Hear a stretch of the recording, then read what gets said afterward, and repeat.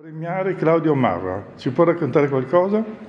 Oggi abbiamo dato la medaglia in occasione delle celebrazioni del giorno del ricordo al signor Claudio Marra, figlio del brigadiere Marra, che della Guardia di Finanza, che nel 1945 è stato prelevato dalla caserma dai titini e da quel momento non se ne hanno avuto più notizie, cioè quindi un dramma veramente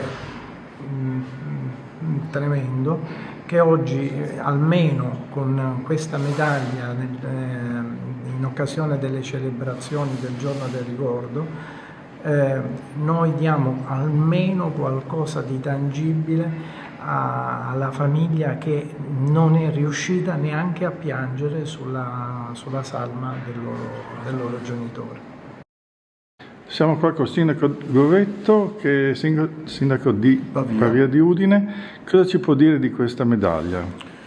Sicuramente ha un altissimo valore proprio perché è stata così consegnata a pochi giorni di distanza dal giorno del ricordo, e quindi a sottolineare il sacrificio che tanti uomini delle forze dell'ordine hanno dato per difendere i valori e i principi della nostra nazione, della nostra Italia, e per ripensare che nei momenti terribili, no, che hanno vissuto, dove moltissimi italiani e italiane hanno pagato con la vita il solo fatto di essere italiani, quindi è anche un monito a noi, no, affinché ci facciamo promotori di una cultura di pace, perché questi episodi non debbano più ripetersi, insomma, no? Vediamo che nonostante tutto il mondo d'oggi continua con le guerre, quindi credo che ricordare queste persone che hanno fatto un sacrificio così importante per difendere certi valori sia fondamentale. Ringraziamo naturalmente Sua Eccellenza il Prefetto per questo momento, così come ringraziamo anche la presenza delle associazioni combattentistiche qui della Guardia di Finanza,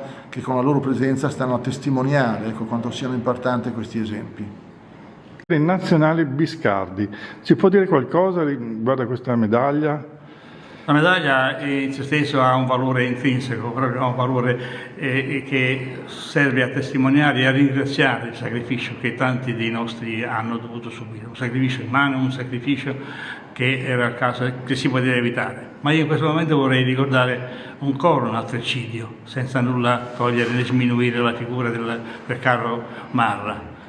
I 92 finanzieri che furono trucidati a Campomarzio, e questo vuol dire questa follia omicida dai cosiddetti partigiani.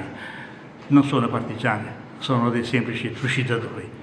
E la medaglia vuole essere in qualche modo un simbolo e un sigillo affinché la pace venga raggiunta e firmata da tutti i popoli.